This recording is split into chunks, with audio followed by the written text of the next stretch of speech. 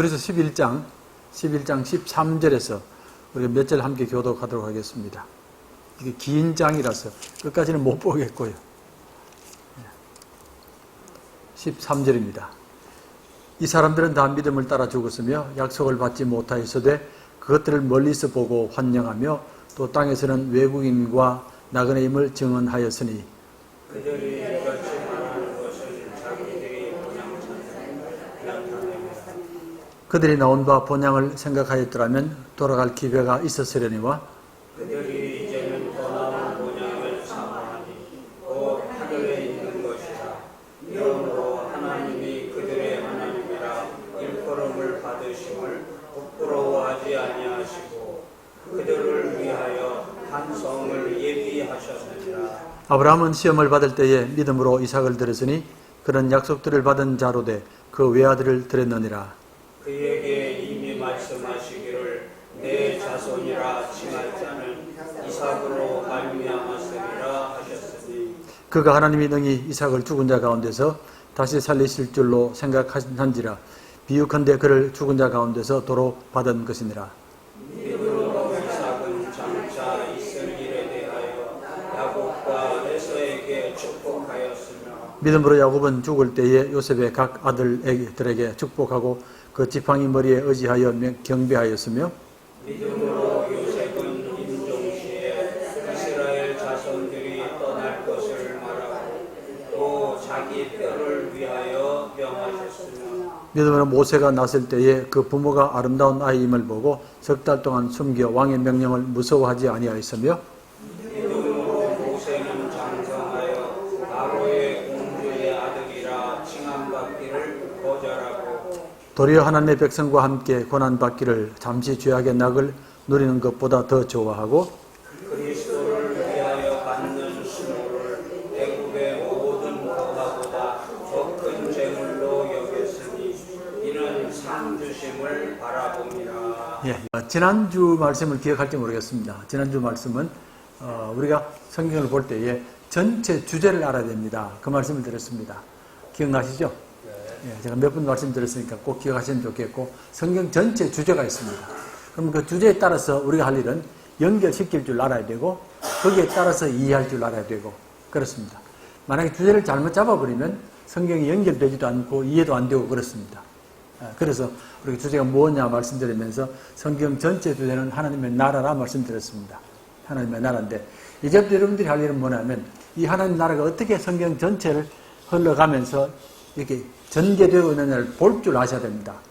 그걸 저하고 같이 해야 되는데 그래야만이 세부적인 것을 이해하게 되는데 흐름이 어떻게 흘러갈지를 창세기부터 요한계시록까지입니다.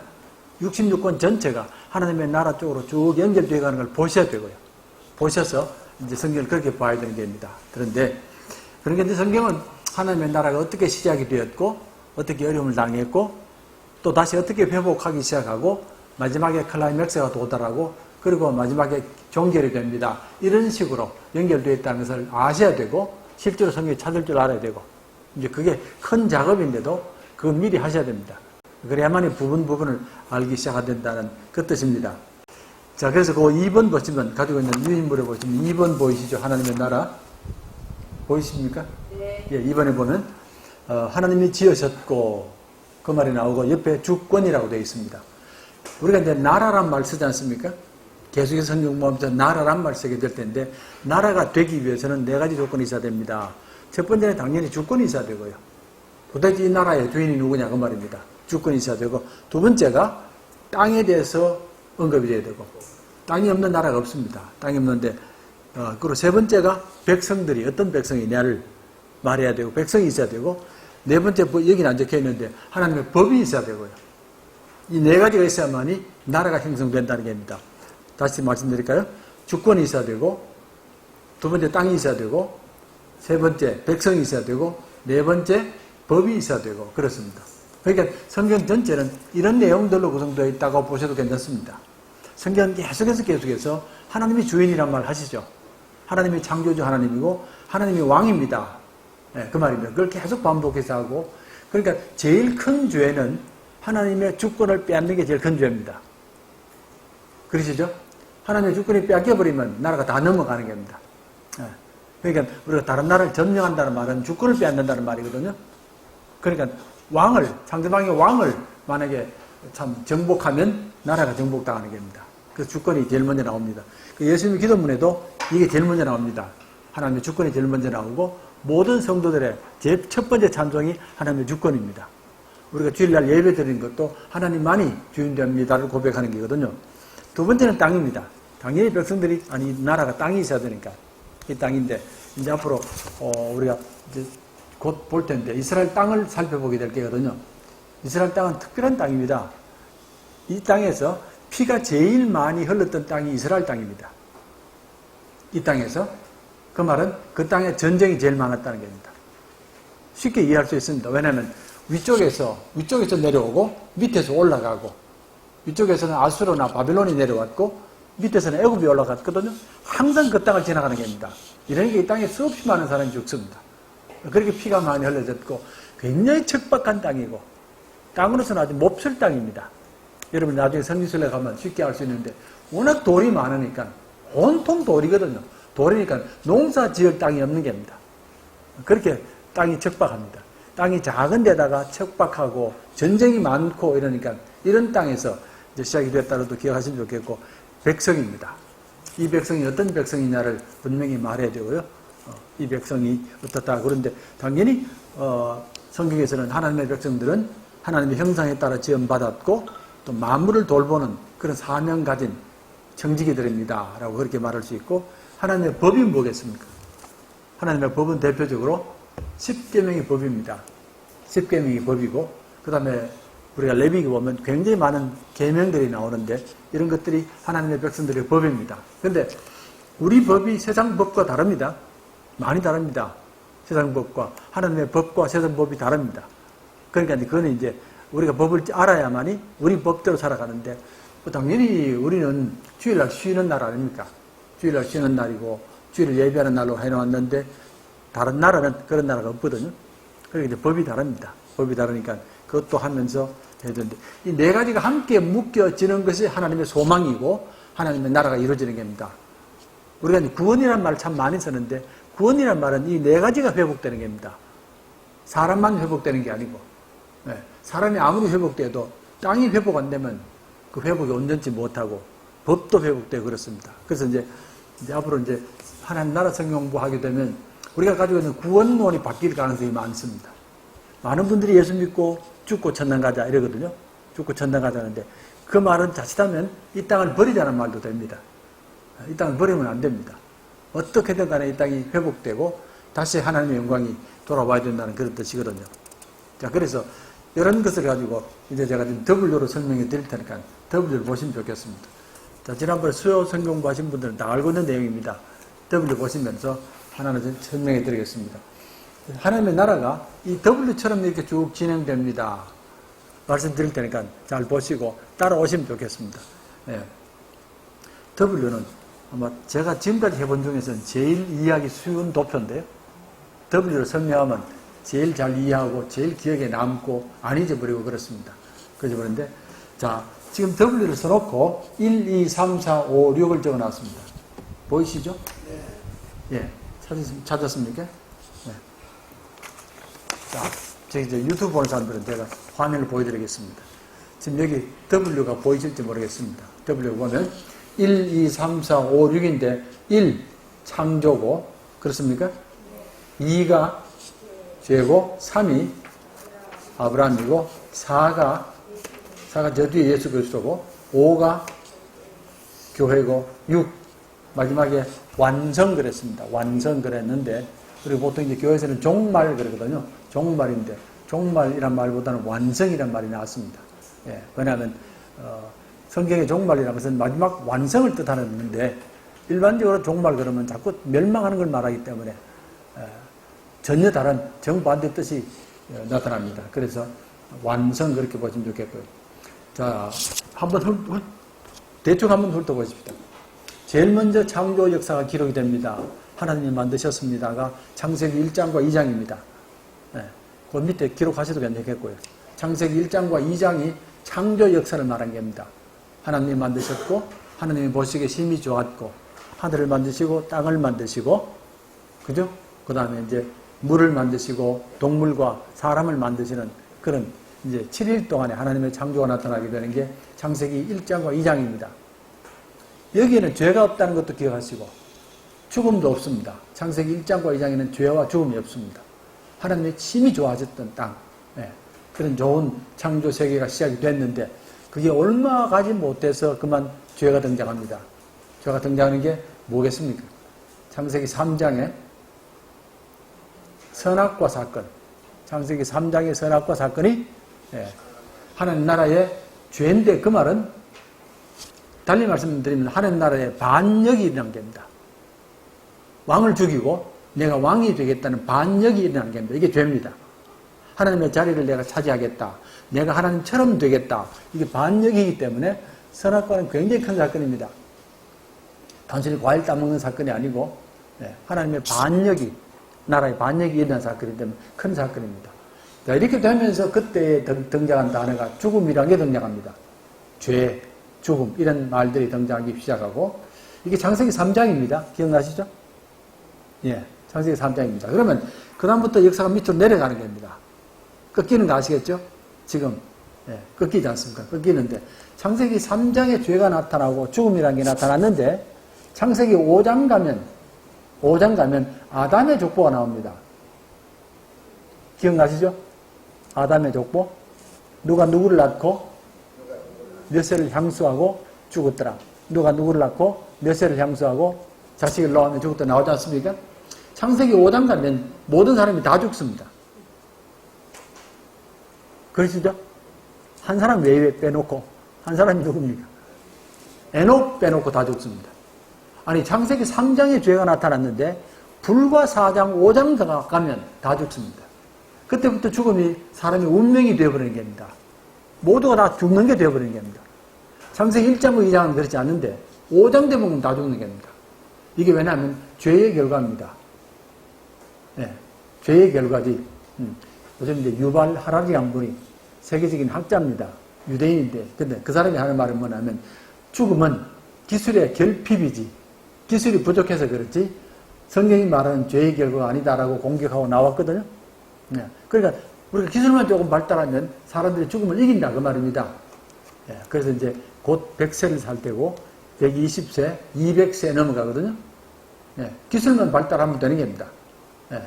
근데 그분은 기술의 결핍이다 라고 말하는데 성경은 죄의 결과다. 그렇게 말합니다. 어느 거는 이제 어느 걸 따를지는 좀 있으면 알 수 있습니다.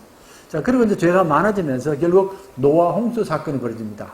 하나님이 홍수로 이 땅을 멸망시키는 그런 일이 벌어지게 되는데 좀 전에 점심시간에 질문이 뭐냐면 홍수를 심판하시고 그 다음에 홍수가 없어야 되는데 지금도 계속 홍수가 있거든요.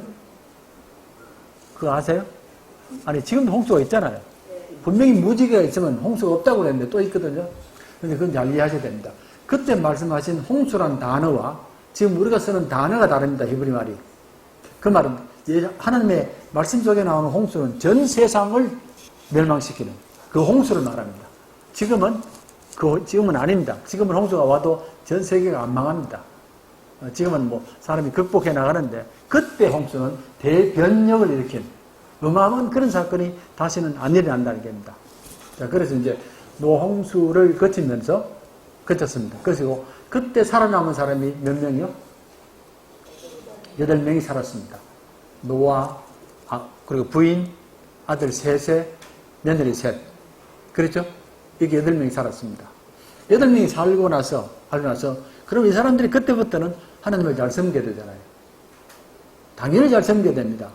잘 섬겨야 되는데, 그 다음 계속 죄를 짓다가 바벨탑까지 가는 겁니다. 바벨탑까지 갔으니까, 바벨탑은 굉장히 큰 사건입니다. 이건 아예 하늘까지 올라가서 하나님의 자리를 차지하자는 사건이니까 어마어마한 사건입니다.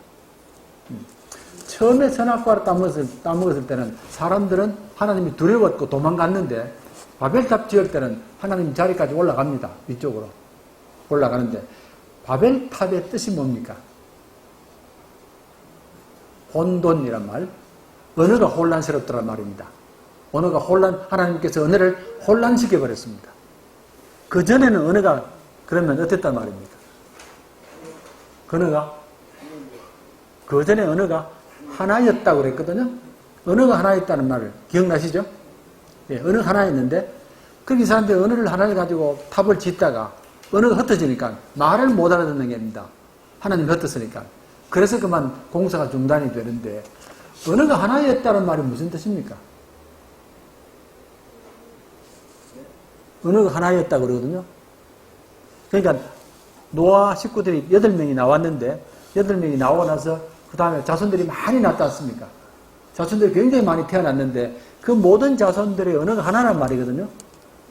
그런 뜻이죠. 근데 그 언어가 하나가 될 수 있습니까? 자, 창세기 9장 한 번 더 펼치시면 좋겠습니다.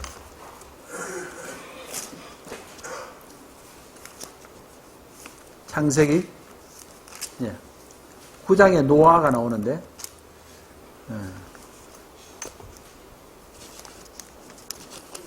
예, 보이시죠? 예, 그럼 이렇게 하십니다. 조금 건너뛰어서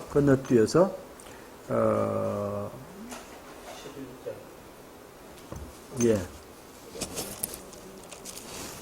10장, 예, 10장 한번 보시면 좋겠습니다.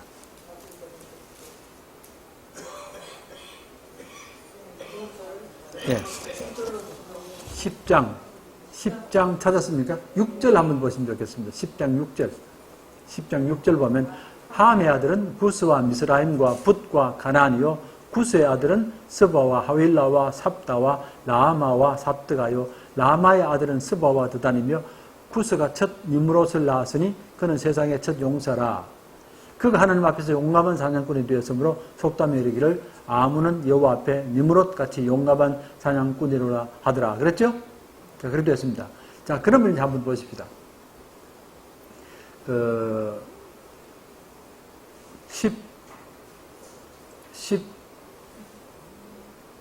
20절, 예, 20절 보시면, 찾았습니까? 20절 보면, 이들은 함의 자손이라 각기 족속과 언어와 지방과 나라대로였다. 그랬거든요? 자, 보십시다. 족속과 언어와 지방과 나라대로였다. 이렇게 나오거든요? 자, 그리고 좀 더 내려가면 31절 가면 셈이 나오는데 이들은 셈의 자손이니 족속과 언어와 지방과 나라들이었다. 여기 나오죠? 여기 보면 족속과 지방과 언어와 나라였다. 제 잘 안 보입니다. 예. 이해되시죠? 예.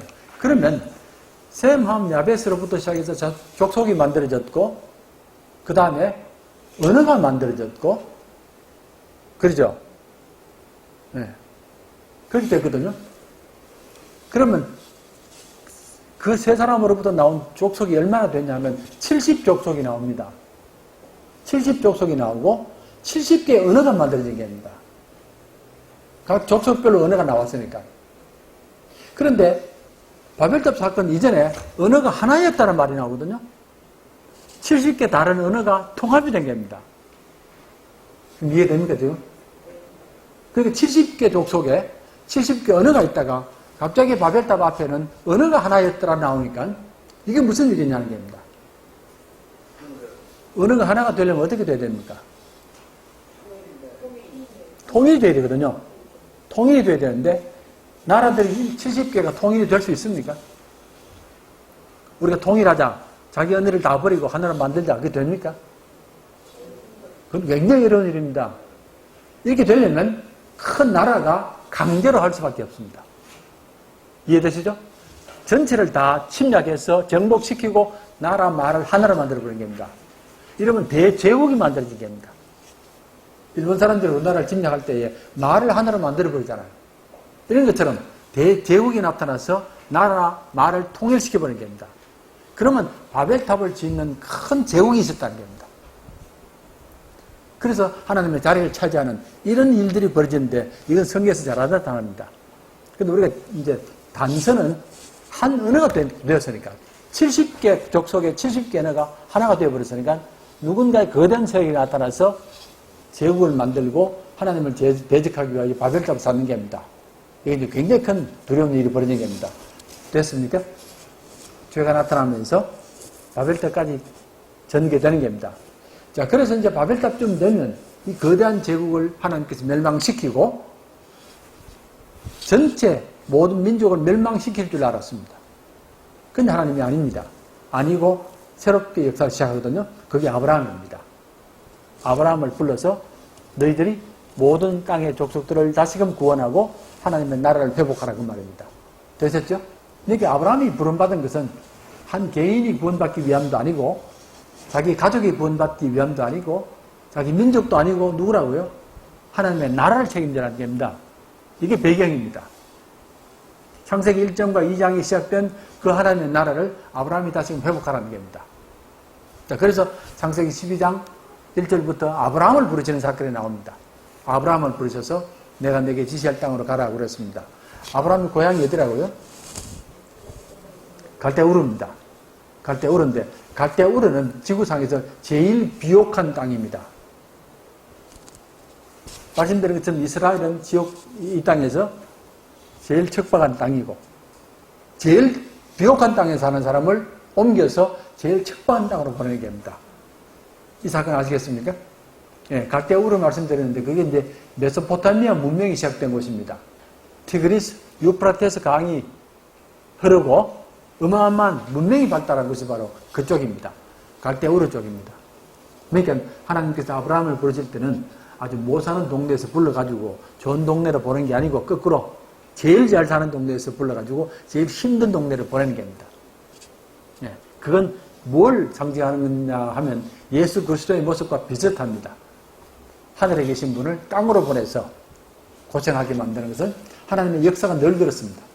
하나님의 큰 역사는 나쁜 데서 좋은 데로 보내는 게 아니고 좋은 데 있는 사람을 불러서 나쁜 데로 보내서 새롭게 변화시키는 그런 역사가 나타나는 겁니다. 그래서 아브라함을 부르시면서 이제 복을 주시게 되는데 기억나십니까?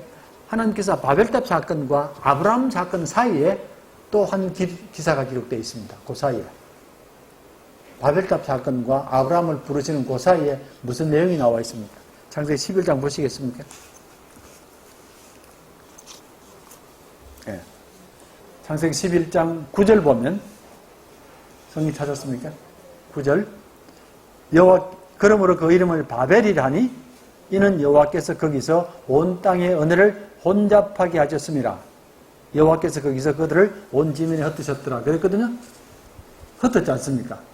바벨탑을 못 짓게 흩었는데 그리고 바로 아브라함을 부르신 게 아니고 그 다음에 무슨 내용이 나옵니까? 셈의 족보는 이러하니라 그랬습니다. 셈의 족보가 나옵니다. 조금 더 읽을까요? 셈의 족보는 이러하니라. 셈은 곧 백세 곧 홍수 후 2년에 아르박사스를 낳았고 아르박사스를 낳은 후에 500년을 지나며 자녀를 낳았고 아르박사스는 35세에 셀라를 낳았고 셀라를 낳은 후에 403년을 지나며 자녀를 낳았고 이 내용은 족보입니다. 이게 셈의 족보거든요. 근데 창세기 5장에 나오는 아담의 족보하고 이 족보가 다른 건 아시죠? 어떻게 다릅니까? 조금 전에 말씀드렸는데 아담의 족보는 누가 누구를 낳고 자식을 낳고 몇 년을 향수하다가 그 다음에 죽었더라가 나옵니다. 반드시 마지막에 죽었더라가 나오는데 지금 여기 셈의 족보는 낳고 일어나잖아요. 죽음이란 말이 없습니다. 이 족보는 당연히 족보로 하면 죽음이 나와야 되는데 태어난 것만 나오지 죽음이 없습니다. 이게 뭘 뜻하겠습니까? 왜 족보에 죽음이 없습니까? 제가 열심히 가르쳤는데 다 잊어버려가지고. 자, 그러면 다른 질문 넘어가겠습니다. 여러분이 성경을 보시면 신약 성경을 보면 제일 먼저 뭐가 나옵니까? 제일 먼저 나오는 게 마태복음에 제일 먼저 나오는 게 족보가 나옵니다. 족보가 나오거든요. 근데 그 족보의 내용 아시죠? 아브라함과 다윗의 자손 예수 그리스도 세계라. 아브라함이 이삭을 낳고 이삭은 몇 세에 죽었더라? 없습니까? 이삭을 낳고 이삭은 야곱과 형제를 낳고 야곱은 유다와 베레스를 낳고 이렇게 나가지 않습니까? 예수님 족보에 낳고가 있는 거 아시죠? 같은 거 아닌가, 지금? 예, 14인데, 어쨌든 간에 예수님 족보에는 처음부터 마지막까지 죽음이라는 게 없습니다. 낳고, 한자로 말하면 생입니다. 생 이렇게 나거든요. 근데 이 족보가 여기 나오거든요. 셈의 족보가 나옵니다. 근데 물론 셈의 족보의 마지막 가면 아브라함의 아버지 베라가 죽었다는 말이 나옵니다. 그런데 지금 계속 족보에 낳고가 나오거든요. 죽음이 없습니다. 자, 그러면 우리가 뭘 짐작할 수 있냐면 성경에 족보가 나올 때에 그 족보에 죽음이라는 말이 없으면 그 족보를 통해서 새 역사가 시작된다는 걸 보여주는 겁니다. 성경에 족보가 나올 때에 죽음이 나오면 정상적인 족보입니다. 그런데 죽음이 없이 낳고만 나오면 하나님께서 새로운 역사를 시작하는 거라를 짐작하게 하는 겁니다. 그래서 신약이 그렇게 시작합니다. 신약이 왜 마태복음에 족보가 나오냐 하면 조상들을 기억하는 말이 아니고 하나님께서 이 땅에 새 역사를 시작한다는 겁니다. 그러더니만은 이 땅에 예수 그리스도가 태어나는 겁니다. 족보는 하나님이 새 역사를 시작할 때에 미리 보내는 전령과 비슷합니다. 이해됩니까, 지금? 그리고 당연히 신약의 첫 내용은 족보가 나와야 됩니다. 족보가 나오고 아브라함이 나온 것처럼 족보가 나오고 예수님이 나와야 되는 겁니다. 그럼 우리가 왜 마태복음 1장 1절이 족보로 시작하는지를 알 수 있습니다. 또 이런 족보가 하나 있습니다. 성경에. 모르겠습니까? 성경을 그렇게 많이 봐도 모르십니까? 네? 어디 나오냐면 룻기에 나옵니다. 룻기 한번 보실랍니까? 룻기 마지막 장이니까 룻기 4장입니다. 4장 18절. 룻기 4장 18절. 찾았습니까? 자, 베레스의 계보는 이러하니라. 베레스는 헤스론을 낳았고 헤스론은 람은 아미나답은 나손을 낳았고 나손은 살문을 낳았고 살문은 보아스를 낳았고 보아스는 오벳을 낳았고 오벳은 이세를 낳았고 이세는 다윗을 낳았더라고. 기억나시죠? 이 족보가 나오지 않습니까? 그러니까 이스라엘 백성이 사사기 마지막에 거의 멸망할 때가 됐습니다. 그런데 룻이 나와서 역사를 이어가거든요. 룻이 나오면서 다시 다윗이 태어나잖아요. 새 역사가 시작이 되는 겁니다. 그러니까 룻의 족보가 바로 그 역할을 하는 겁니다. 역사의 마지막에 룻이 나타나면서 하나님의 새 역사가 시작된다는 것을 보여주는 그런 내용이라 그렇게 보면 됩니다. 어쨌든 돌아가면 하나님께서 아브라함을 부르시기 전에 저는 이제 셈의 족보를 먼저 말합니다. 그러면 이 백성들은 하나님이 우리를 버리지 않고 기억하시는구나. 바벨탑을 지었지만 우리를 멸망시키지 않고 새롭게 출발하시는구나 짐작하게 하는 겁니다. 그러더니만은 하나님께서 아브라함을 부르시지 않습니까? 아브라함을 부르셔서 이제 새로운 역사를 시작하는 겁니다. 그래서 하나님의 역사가 다시 올라가기 시작합니다. 그렇죠? 다시 이제 제일 밑바닥에서 위로 올라가다가 쭉 가다가 이제 이스라엘 백성이 나중에 애굽으로 들어갑니다. 애굽으로 들어가서 애굽에서 400년 동안 살지 않습니까? 처음에는 대접을 잘 받았어요. 그죠? 처음에는 요셉이 살았기 때문에 대접을 잘 받았습니다. 근데 요셉이 죽고 나서 그때부터 이제 핍박을 받기 시작하고 나중에 종처럼 되지 않습니까? 이게 상당히 오래 기간 했는데 성경에는 이스라엘 백성이 애굽에 간 것을 미리 말하고 있습니다. 혹시 기억납니까? 기억이 안 납니까? 하나님께서 아브라함에게 말씀하신 것 중에 너희 자손이 나중에 애굽에 400년 동안 가서 산다는 말이 미리 나옵니다. 그게 어디 나옵니까? 아브라함에게 미리 말씀하시거든요. 그러면 이 백성들이 애굽으로 끌려가는 것은 어쩌다가 먹을 것이 없어서 간 것도 아니고 요셉이 불러서 간 것도 아니고 이미 하나님의 계획 속에 있었다는 겁니다. 하나님의 계획 속에. 그러니까 미리 아브라함에게 말씀한 거 아닙니까? 400년 동안이라고 분명히 밝히거든요. 미리 발표를 해주는 겁니다. 너희 자손들이 앞으로 애굽 가서 400년 산다고 말해주는 겁니다. 그래서 실제로 이제 이 백성들이 애굽으로 가서 400년 살지 않습니까?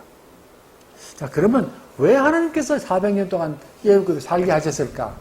하나님의 계획이거든요. 왜 그랬겠습니까? 네? 뭐 때문에 이 백성을 애굽에 데려가서 처음에는 좋았는데 곧바로 고생을 많이 하거든요. 그렇게 400년 동안 고생하게 했는데 하나님 왜 일을 하시느냐는 말입니다. 이 백성을 이렇게 만들었냐는 얘기거든요. 성경에서는 하나님이 미리 계획하셨으니까. 그런데 그 이유 중에 큰 게 뭐냐면 이 백성이 애굽을 경험해야 됩니다. 애굽이라는 나라를 경험해야 됩니다. 왜냐하면 애굽이라는 나라가 제일 대표적으로 이 땅의 제국입니다. 큰 나라, 오고 무력으로 다스린 나라입니다. 애굽이 제 대표적으로 큰데 이 땅에 존재한 제국 가운데서 애굽만큼 오래된 제국이 없습니다. 굉장히 오래된 제국이고 큰 제국입니다. 제국인데 거기 가서 400년 살면서 이 땅 사람들이 가지고 있는 나라의 모습을 보라는 겁니다. 경험하라고. 그 너희들은 새로운 나라를 만들라는 말입니다. 이해되시죠? 그러니까 애굽이라는 큰 나라에 가서 이들이 어떻게 세상을 나라를 만들고 어떻게 백성을 다스리고 백성이 어떻게 사는가를 보라고 경험하라고. 그리고 너희들은 나와서 새 나라를 만들라고. 이렇게 된 겁니다. 자, 그러면 애굽 나라의 특징이 뭐냐면은 애굽 나라는 상하가 분명히 정해져 있습니다. 왕은 왕이고 백성은 종입니다. 평생 종입니다. 왕은 평생 왕이고. 그러시죠? 이게 상하로 되어 있는 겁니다, 이걸. 그래서 백성들이 종에서 벗어날 길이 없습니다. 일단 종에서 태어나면 평생 종으로 사는 겁니다. 그런 나라를 살았다는 겁니다. 남자와 여자는 누가 높겠습니까? 100번 남자가 높습니다. 남자가 높고 나라를 만들어가는 힘은 애국의 병거 아닙니까? 병거. 무력 아닙니까? 무력으로 나라를 만들고 나라를 상하로 만들어서 백성들을 다 종으로 부리고 거대한 집을 짓고 왕은 나중에 신이 되고. 그러면 그 애국은 또 누가 만든 거예요? 그냥 생긴 거예요? 안 된 건 그건 아니죠. 그러니까 백성들이 모여가지고 애굽 제국을 만들었는데 그때는 전부 제국들이 그런 식으로 구성됐다는 게 아닙니다. 아니 그러니까 저는 그 애국이라는 나라가 그러면 어쨌든 다 모든 것은 하나님이 주재하고 하나님이 만들고 그런 거 아니에요? 그러면 아니요, 애굽이 하나님 만든 나라는 아닙니다. 안 만들고 사탄이 그렇죠. 그런 셈이죠. 악한 역사로 만들어진 제국이니까 하나님과는 전혀 다른 모습의 제국이 나오는 겁니다. 이거는 이제 애국의 그 문화가 있잖아요. 그뭐 스핑크스 뭐 예. 그 제국에서도 그런 그 기술을 그런 기술이나 이런 것은 어디가 배운 거 아니에요? 성경 어디가 보면 예국이 저기 무슨 없어? 금방 머릿속에 쌍둥이 왜 저기 그 형 에서 족속이라고 나오잖아요. 애굽은 에서 족속은 아닙니다. 그리고 에서가 애굽 쪽에 살았어요. 나중에 이제 에서가 애굽 비슷한 곳에 살았는데 에서 족속은 아니고 에서는 조금 위쪽의 족속입니다. 그러니까 애굽 있고 그 위에 그 요르단하고 나라가 있거든요. 거기에 에서가 살았습니다. 그러니까 이제 족속이 조금 다릅니다. 에서는 야곱 족속이고 어쨌든 간에 이제 400년 살고 나와서 이 백성들이 바로 시내산에 도착을 하거든요. 시내산에 도착했을 때에 하나님께서 이 백성들을 나라로 만듭니다. 처음으로. 지금까지는 가족이었거든요. 부족이었다가 시내산에서 비로소 나라가 되는 겁니다. 그게 우리 출애굽기 19장에 나와 있습니다. 그것도 한번 찾아보실래요? 출애굽기 19장.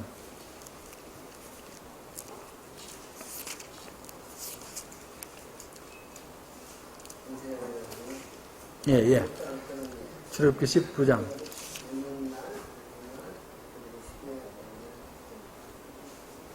찾았습니까? 19장 5절. 19장 5절 보시면 권사님 읽으실래요? 김 권사님 읽.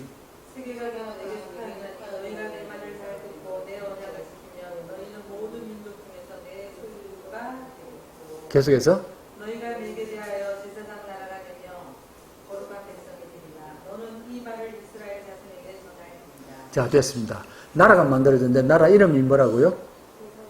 제사장 나라고요. 나라 백성들은 어떤 백성이라고요? 거룩한 백성 되겠고, 나라의 땅은 어디 있습니까?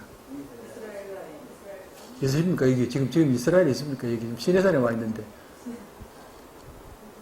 땅이 어디 있습니까? 예? 아직 땅이 없습니다. 이 시내산에 와 있기 때문에 땅이 없는 채로 나라가 만들어지는 겁니다. 이게 유일하게 이 땅에서 땅 없이 시작한 나라가 이스라엘입니다. 나라 이름은 제사장 나라고, 백성들은 거룩한 백성이고, 그 다음에 이제 곧 법이 주어지거든요. 뭐가 주어집니까? 그 다음 장에 나오는 게 십계명이 주어지잖아요. 십계명이 주어지게 되는데 땅이 없습니다. 땅이 없는데 여기 보면 성경에 보면 5절에 세계가 다 내게 속하였나니, 이게 무슨 말입니까? 너희들의 땅은 세계란 말입니다. 그렇습니까? 너희들은 세계를 위하여 존재하는 나라이지 너희들 땅만 위하여 존재하는 나라가 아니라고 말입니다. 물론 이스라엘 백성이 자기 나라 가나안 땅으로 가는데 가나안 땅으로 갈지라도 온 세상을 품고서 살아가야 될 백성이지 결국 너희만 잘 사는 땅이 나라가 아니다. 이걸 밝혀주는 겁니다. 예? 예. 그러니까 이스라엘 백성들은 땅이 없이 나라가 시작됐고, 그러나 실제로는 세계가 내게 속하였나니 그랬거든요. 그럼 세계가 이들의 땅입니다. 예, 그렇게 살아가는 겁니다. 그래서 엉뚱한 생각이 저는 지금까지 기독교 하나님 이스라엘 족속만 위한 것이라고. 예. 이스라엘 족속만 위한 정도가 아니라 예. 지금 목사님 말씀 들어보면 세계가 다 너의 땅이라 하면 이스라엘 족속의 중심이 돼서 세계를 모두 하나님의 나라로 만들어라 그런 의미가 되나요? 예. 이 땅은 그런 나라입니다. 이 백성이 그런 백성입니다. 예. 그러니까 처음부터 하나님께서 아브라함을 부르실 때도 내가 복을 줄 테니까 너는 복이 되어라고 그랬습니다.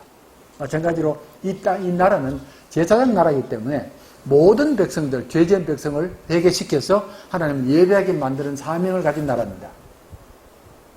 예. 그러니까 이제 처음부터 이 백성이 온 세상을 품는 유일한 백성입니다. 어느 나라도 이런 백성은 없습니다. 다 자기 땅, 자기 민족을 위해서 살지 세계를 품는 백성이 없는데 이 백성이 그렇습니다. 근데 그럼 저도 제사장의 나라가 되라고 했는데 예. 그 제사장의 나라가 되다 보니까 내일 뭐 제사장들이 나중에 그 모든 짓들을 하도 많이 했잖아요. 그 모든 짓들을 많이 하고 나서 이제 그것 때문에 예수님이 그 당시 나타나가지고 제사장들과 싸우고 그래서 제사장들이 이게 지금 뭐야? 갑자기 로마 총독이 죽는 것보다는 바라바. 아니, 바라바가 아니라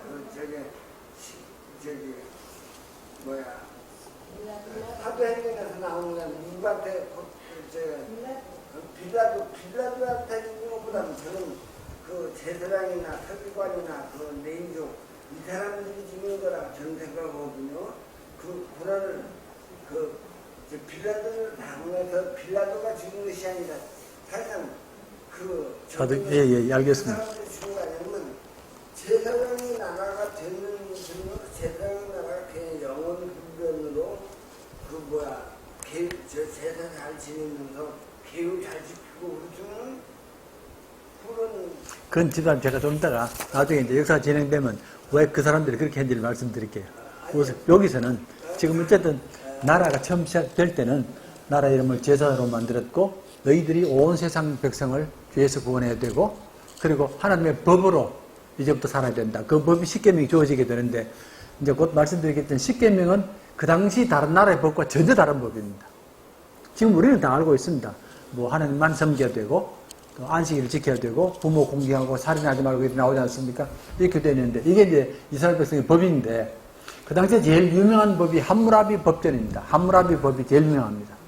그런데 그때의 법은 모두가 다 제국의 왕을 위한 법입니다. 왕을 위한 법이지 백성들을 위한 법이거나 하나님을 위한 법은 아닙니다. 그렇게 달라지는데 이 백성이 전혀 다른 백성이 이때 나라가 시작되게 됩니다.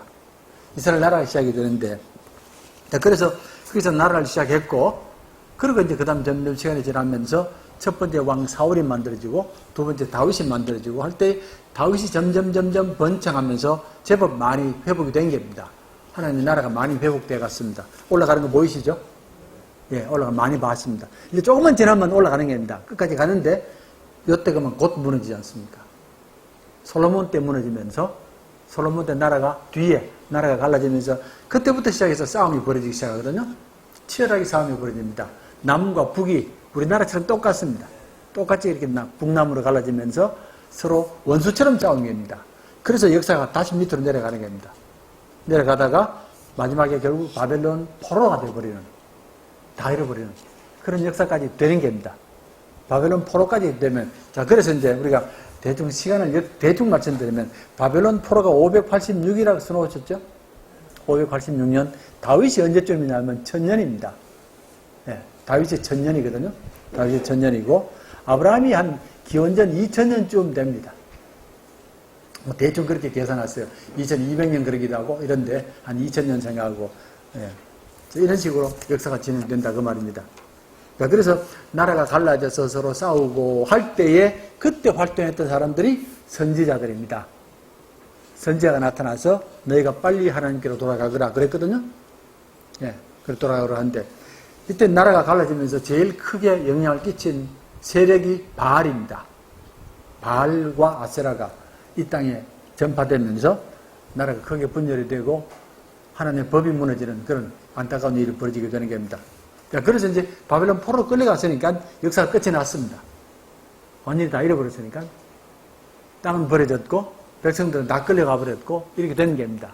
다 끝이 났다고 생각했는데, 그러니까 이제 세상 사람 볼 때는 하나님이 처음에 아브라함을 부르셔서 거창하게 시작하셨다가 마지막에 이렇게 끝이 나는구나라고 생각했는데 다시 백성들이 돌아옵니다.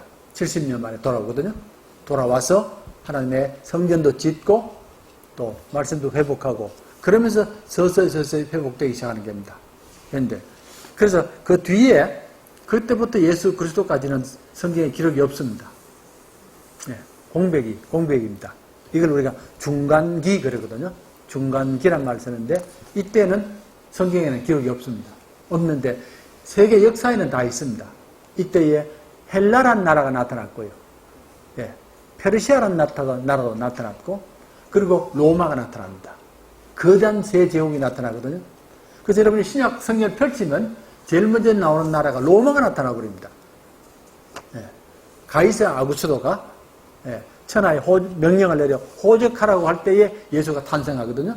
그러니까 그 앞에 있는 다른 나라들이 없다가 갑자기 로마가 툭 튀어나오는 겁니다. 그 역사가 없어서 그렇습니다. 이것도 나중에 배울 부분인데 그렇고요. 자, 그래서 이제 시간이 많이 지났는데 대충 끝을 낼수 다 왔습니다. 예수님께서 오셔서 제일 먼저 하신 말씀이 뭡니까? 내가 때가 찼고 하나님 나라가 왔다고 그랬습니다. 하나님 나라가 왔다. 그게 첫 말입니다. 제일 먼저 말씀하셨고, 그리고 말씀하시고 난 뒤에 곧바로 하신 일이 뭐냐면은 12제자를 부릅니다. 기억납니까? 12제자를 부르시거든요. 예수님의 첫 번째 선포가 때가 찼고 하나님의 나라가 가까이 왔다고 그랬습니다. 그러니까 아브라함부터 시작된 준비가 다 되고 예수님께서 오시면서 제일 먼저 이 땅에 하나님 나라를 선포를 하는 겁니다. 그럼 맥이 흘러갑니까, 같이? 예. 하나님께서 이 땅에 하나님 나라를만 회복하기 위하여 아브라함 부르셨고, 다윗같이 잘 가다가 어려움을 다시 당했고, 바벨론 포로 이후에 다시 시작하셔서 예수님께서 오실 때가 바로 그때라는 겁니다. 그래서 제일 먼저 하나님 나라가 선포가 되는 겁니다. 선포가 되는데, 참고로 말씀드리면, 예수님이 말씀을 선포하시기 전에, 그 전에 한 일이 있습니다. 하나님 나라가 왔다고 선포하기 전에 하신 일이 뭐냐면은, 광야에서 시험받는 사건이 나옵니다. 광야에서 40일 기도하시다가 사탄이 나타나서 예수님을 유혹을 하지 않습니까? 돌로 떡이 되게 하라. 성전 꼭대기에서 뛰어내려라. 그리고 세상 모든 권세를 주니까 내게 절하라 그랬습니다. 예수님이 다 거부하시거든요. 거부하고 사탄을 물리치는 게 합니다. 그 사건이 뭘 의미하냐면 이 땅을 그동안 다스렸던 사탄이 예수님 앞에서 패배하는 장면입니다. 그 이해됩니까, 지금? 예수님 오시기 전에 이 땅을 다스리는 역사가 사탄의 역사인데 아까 말씀하신 사탄이 중에서는 애굽도 들어가 있고 다 들어가 있습니다. 있는데 그러다가 예수님 오셔서 곧바로 세례받고 곧바로 광야로 가셔서 기도하는 중에 사탄과 싸움이 벌어지는 겁니다. 영적 전쟁이 3번 벌어지는 겁니다. 그런데 3번 다 사탄이 졌습니다. 왕이 지면 주권이 넘어가잖아요. 주권이 넘어가니까 예수님이 선포를 하시는 겁니다. 이 땅은 하나님의 나라 땅이다. 이 백성은 하나님 나라 백성이다. 이렇게 선포가 되는 겁니다. 이해되시죠? 그리고 12제자를 부릅니다. 12제자를 불러서 그때부터 하나님의 나라를 땅끝까지 전파하기 위하여 이들을 훈련시키는 겁니다. 그러면 하나님의 나라를 위해서 예수님이 하신 제일 중요한 일은 12제자 만드는 일입니다. 이들을 안 만들어 놓으면 나중에 돌아가시고 난 뒤에 할 사람이 없습니다. 이들이 철저하게 하나님 나라를 알아야 되고 그들이 전파돼야 되고 처음부터 12제자를 만드는 겁니다. 우리 한국교회에 지금 이제 제자화가 많이 일어나고 있는데 제자화가 왜 필요한지를 이런 식으로는 얘기를 잘 못합니다. 하나님의 나라에 있어서 핵심적인 것이 바로 12제자 만드는 일입니다. 네. 자, 그래서 예수님께서 이 3년 동안 공생애를 시작하십니다. 하나님 나라를 다 보여주는 겁니다. 다 보여주고 앞으로 역사가 이렇게 흘러갑니다를 다 보여주는 겁니다.